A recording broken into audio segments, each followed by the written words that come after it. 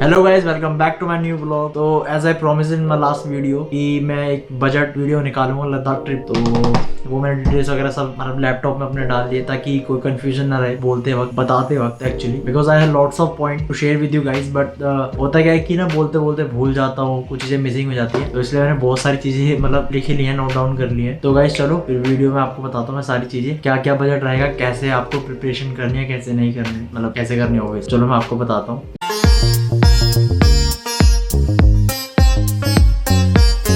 तो गाइस मैंने ना अपने जो बजट है, अपना जो बजट था मेरा लद्दाख ट्रिप का, वो सब मैंने दो चीजों में डिवाइड। एक पहले जो मैंने प्रिपरेशन करी लद्दाख ट्रिप जाने से पहले, और एक जो मेरा लद्दाख में खर्चा हुआ। ठीक है, तो लद्दाख में जो खर्चा हुआ था बेसिकली हमारा ग्रुप गया था। तो ग्रुप में हमने एक बंदे को लीडर बना रखा था, तो वहां पे जो भी हमारा खर्चा वो सबको डिवाइड हो गया था, बस पेट्रोल को छोड़ के। पेट्रोल हम सबने अपना अपना फिल करवाया था। ठीक है, तो खर्चा हमारा इतना ज्यादा हुआ नहीं, क्योंकि अगर आपने मेरी वीडियोस देखी होंगी, हमने जो स्टे चूज करे थे बहुत ही बढ़िया, चीप नहीं कह सकते, चीप तो इस बारे में बात करूंगा मैं चीप वगैरह के बारे में, लेकिन चीप नहीं थे, अच्छे स्टे थे हमारे, लेकिन हमारा पैसा बहुत बच गया। लकीली हमने बहुत सेव कर लिया स्टे में। फूड का ऐसा था, कहीं हमें फूड एक्सपेंसिव लगा, कहीं कुछ, लेकिन फिर भी हमारा फूड भी हमारा चलो एडजस्ट हो जाता था। चलो अगर मैं बात करूं हमारे पहले दिन से, तो पहले दिन हम रुके थे वैष्णो देवी कटरा में। कटरा वैष्णो देवी जो गेस्ट हाउस है वहां पे रुके थे, क्योंकि अगर आपने हमारी पहली वीडियो देखी होगी, हम एक मतलब तूफान था, तूफान के चक्कर में हमने कहीं और रुक गए थे। तो रुकने के चक्कर में बहुत लेट हो गए थे। लेट होने के बाद जो हमें नियर बाय लगा हम वहाँ चले गए थे। तो वहाँ हमारे 700 रुपए की पर्ची कटी थी और हमने वहाँ स्टे कर लिया। तो पहले दिन का स्टे तो हमारा 700 रुपए का था, तो इतना एक्सपेंसिव नहीं था। सेकंड डे जब हम चले तो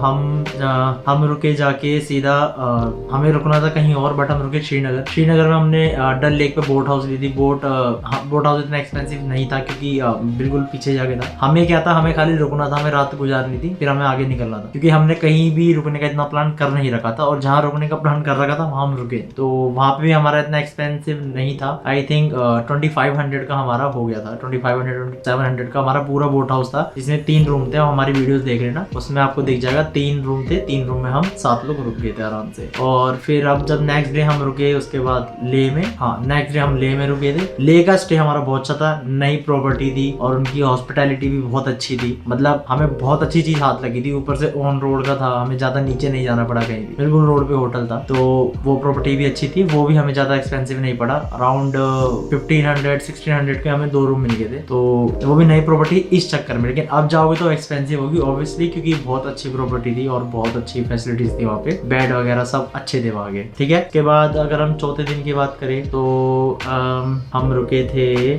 फिर हम चौथे दिन रुके थे कारगिल से ले में। हमारा जो स्टे था वो भी हमारा बहुत अच्छा स्टे था। पहली बात ये कि ले में बिल्कुल ही पैक था। आई मीन जहाँ भी हम जा रहे थे, चाहे कितना भी एक्सपेंसिव हो, कितना भी चीप हो, बहुत ही ज्यादा चीपर में भी रूम नहीं मिल रहे थे। बट लकीली हमें ऐसे ढूंढते हमें फोर्ट रोड आई गेस वहाँ पे एक होटल मिल गया था। तो वहाँ पे हमने स्टे कर लिया था। वो भी हमारा इतना एक्सपेंसिव नहीं था, 3 रूम हमने वहाँ भी लिए थे। तो अराउंड ऐसा मुझे अच्छे से कुछ याद नहीं है, बट 2500 समथिंग का या 2600 समथिंग का हमारा स्टे था वो। तो अभी तक आप जोड़ते जाना, मैं अभी कैलकुलेट नहीं कर रहा हूँ, तो जब वीडियो एडिट करूंगा तो मैं कैलकुलेट करता रहूंगा साथ के साथ। तो वहाँ पे इतना हमारा स्टे लगा। ठीक है, फिर हम ले के बाद सीधा गए, हमने खारदुंगला करा। खारदुंगला के बाद हम गए नुब्रा वैली में पर पर्सन का हमें चार्ज लगा था और 300 रुपए पर हेड था और 200 रुपए फूड था। तो फूड तो भी हटा दो, 300 रुपए पर हेड था स्टे हमारा। तो अगर हम 7 दिन से इंटू कर दें 2100 का हमारा स्टे था पूरा।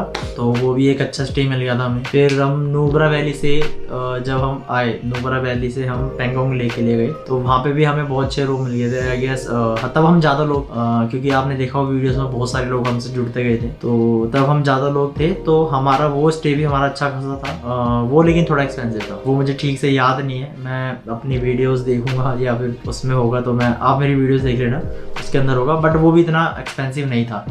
फिर उसके बाद जब हमारा स्टे हो गया, मतलब हमारा पेंगोंग लेक से जब हम निकले, तब हम निकले तो हम कहीं और के लिए थे, बट हमने ज़्यादा ट्रैवल नहीं कर पाया था। तो हम तांगलांगला पास करने के बाद, तांगलांगला पास करने के बाद हमें जो सबसे पहला नियर बाय स्टे मिला, हम वहाँ रुक गए थे। वहाँ पे हमारा 200 से 300 रुपये का स्टे था पर हेड का।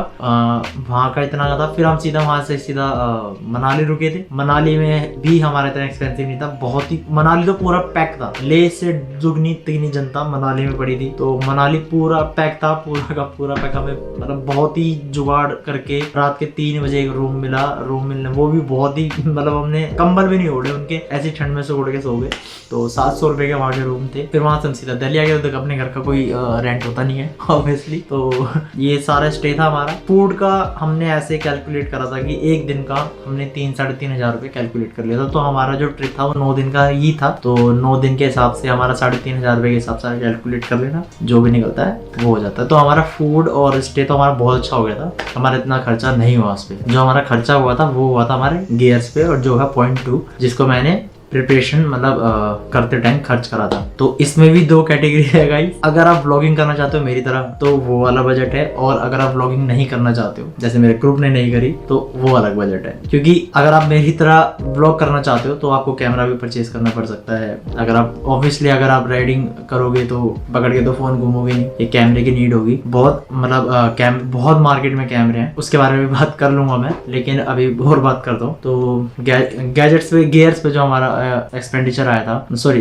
गियर्स पे जो हमारा एक्सपेंस आया था वो इतना था नहीं, और हमने जरूरी समझा। कई लोग जरूरी नहीं समझते, बट जरूरी होता है, आपको खरीदने ही है। क्योंकि आप मेरा एक्सीडेंट देख लेना, मेरे ग्रुप में राहुल भाई का एक्सीडेंट देख लेना, हम गियर से ही बचे थे। मेरे तो कहीं भी खरोच नहीं आए थे मेरे एक्सीडेंट में, बट जो राहुल भाई का हुआ था उसमें उन्होंने जिस हैंड का ग्लव्स नहीं पहन रखा था उसी हैंड पे चोट आई थी, उसके अलावा उनको कहीं चोट नहीं आई थी। तो आप देख लेना गियर की क्या इंपॉर्टेंस है। कई बंदे सोचते हैं कि नहीं यार छोड़ना क्या करेंगे, फालतू का खर्चा है, लेकिन नहीं भाई फालतू का खर्चा नहीं है। मैं बोलूंगा कि लेना ही लेना है, मतलब थोड़े कम पॉकेट फ्रेंडली ले लो। मैं चीपर नहीं कहूंगा, चीप वर्ड अच्छा नहीं रहता, पॉकेट फ्रेंडली कह सकता हूँ। क्योंकि पॉकेट फ्रेंडली ले लो जो आपकी पॉकेट को सूट करे कि हाँ आप ये अफोर्ड कर सकते। ठीक है, तो हमने ग्लव्स खरीदे थे, नी गार्ड खरीदे थे, राइडिंग जैकेट ली थी सबने, टैंक बैग लिए थे और शटल बैग लिए थे। टैंक बैग और शटल बैग इसलिए लिए थे क्योंकि वो जरूरी है। अगर आप सोचो बैग पीछे टाई करके बंजी रोप से चलोगे तो यार आप मतलब टेंशन फ्री होकर राइडिंग नहीं कर पाओगे। क्योंकि अगर आप राइडिंग कर रहे हो तो आपका माइंड बिल्कुल हर चीज से फ्री होना चाहिए, फोकस ऑन राइडिंग होना चाहिए। ठीक है, और ये सारी चीजें हमने खरीदी थी। अब मैंने क्या खरीदा, मैंने इन सब के साथ साथ जो मैंने आपको बताया, कैमरा माइक हो गया और पूरी व्लॉगिंग किट हो गई, तो इस चीज में मेरा ज्यादा एक्सपेंस आ गया था। और मैं जो कैमरा यूज कर रहा हूँ वो DJI Osmo Action है, जिससे मैं रिकॉर्ड भी कर रहा हूँ। क्योंकि मेरे पास अभी यही एक लोता है कैमरा, इसलिए मैं ऐसे कर रहा हूँ। यही मैं हेलमेट पे माउंट कर लेता हूँ और इसी में ब्लॉग शूट कर लेता हूँ। तो ऑब्वियसली यही सारे पॉइंट्स हैं। अब मैं कहूंगा कि चीपर और पॉकेट फ्रेंडली में क्या फर्क है। चीपर तो यार बिल्कुल घटिया होते हैं, आप वो ले लोगे कोई फायदा नहीं है। सपोज दैट आप बाइक लेके जा रहे हो, बुलेट लेके जा रहे हो, पल्सर लेके जा रहे हो, आप 150 सीसी के ऊपर बाइक लेके जा रहे हो, ऑब्वियसली आपकी बाइक 1 लाख के आसपास से ऊपर की होगी। ठीक है, आप 10% तो उसका अपने सेफ्टी के ऊपर खर्च कर ही सकते, मैं यही कहूंगा। तो आप प्लीज ये जरूर करना कि अपने जो गियर्स है वो जरूर खरीद लेना, ग्लव्स ले लेना अच्छे से जो आपके हाथ को प्रोटेक्ट कर सके। ठीक है, और नी गार्ड ले लेना जैसे मैंने लिए थे, मैं आपको दिखा दूंगा मेरे को कौन से नी गार्ड है।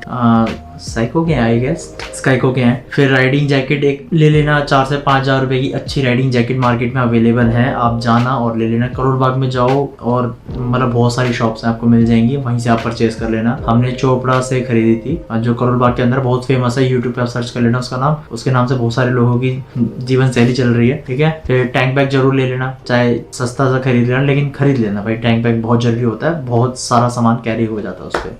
ठीक है, उसके बाद शटल बैग जरूरी है। मैंने जो खरीदे थे वो बहुत ही पॉकेट फ्रेंडली है एक्चुअली। और अगर आप सोचो यार इतनी सारी चीजें कैसे खरीदें, बहुत ज्यादा एक्सपेंस हो जाएगा, नहीं। जैसे आपको जाना है इसी साल 2022, सपोज दैट ये जनवरी है, आपको 2022 में जून में निकलना है, आपके पास 6 महीने हैं, ज्यादा नहीं। आप हर महीने एक एक चीज खरीदते रहो, जैसे मैंने करा था, हर थोड़ा टाइम एक एक चीज खरीदते रहो, तो आपको पॉकेट पे इतना प्रेशर नहीं आएगा, आप चीजें भी अफोर्ड कर लोगे और अच्छी चीजें पहन के जाओगे। ठीक है, बाकी चीजें सारी अच्छी पहन के जाना। अब मैं बता देता हूँ मेरा पेट्रोल का जो खर्चा आया था। पेट्रोल का मेरा खर्चा स्पेशली आया था 8,000 कुछ का, क्योंकि मेरी बाइक की एवरेज थोड़ी ठीक नहीं थी, सर्विस वगैरह उसकी मैंने पहले नहीं कराई थी, इतनी बाइक पे इतना ध्यान नहीं दिया था, इस वजह से मेरी बाइक थोड़ी एवरेज नहीं दे रही थी अच्छे से। लेकिन मेरे जो ग्रुप के लोग थे, खासकर BS6 मॉडल की जो बुलेट थी हमारे पास, वो बहुत ही एवरेज दे रही थी। उनकी एवरेज मतलब उनका तो जो बजट तेल लगा था वो 6,000 या 6,500 के अराउंड ही लगा था ऑलमोस्ट, तो उनका तो बहुत अच्छा हो गया था। लेकिन मेरा बजट बिल्कुल ही आउट हो गया था पेट्रोल पेट्रोल में, तो ये सब चीजें हो गई थी। अगर अब मैं चीजें बोलूं कि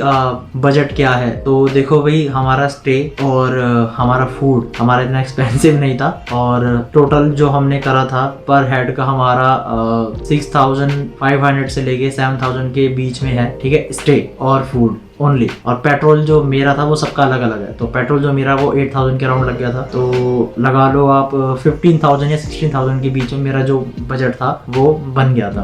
ओनली 16000 के, और इसमें हमारे जो, और ये बजट 9 दिन का है, मेक श्योर ये बजट 9 दिन का है। तो आप ये मत सोचना कि 15 दिन रह के आऊंगा तो इतना खर्चा होगा, नहीं, उसमें आप अपने डेज बढ़ा लेना, मतलब जो स्टे है स्टे का खर्चा बढ़ा लेना और फूड का खर्चा बढ़ा लेना, बाकी तो यही है यार, और कुछ नहीं है, इतना ही खर्चा आता है ऑलमोस्ट, इतना हाइप बना रखे लोगों ने। बाकी देखो वहाँ पे अच्छे से अच्छे होटल भी है, महंगे से महंगा भी है, और बहुत कम बजट के जो स्टे है वो भी है। फूड भी ऐसा ही है, फूड आप कहीं भी अच्छे से खा सकते हो, होटलों में बैठ के भी खा सकते हो, तो टोटली अप टू यू है। और यही हमारा खर्चा था। एंड हेलमेट वगैरह जरूर रखना, एक बढ़िया से ग्लव्स, बढ़िया से नी गार्ड, राइडिंग जैकेट एक अच्छी होनी चाहिए, तो ये सारी चीज़ों पे ध्यान देना। यही आपका बजट रहेगा, ऑलमोस्ट इतना ज़्यादा खर्चा नहीं आएगा, ठीक है गाइस।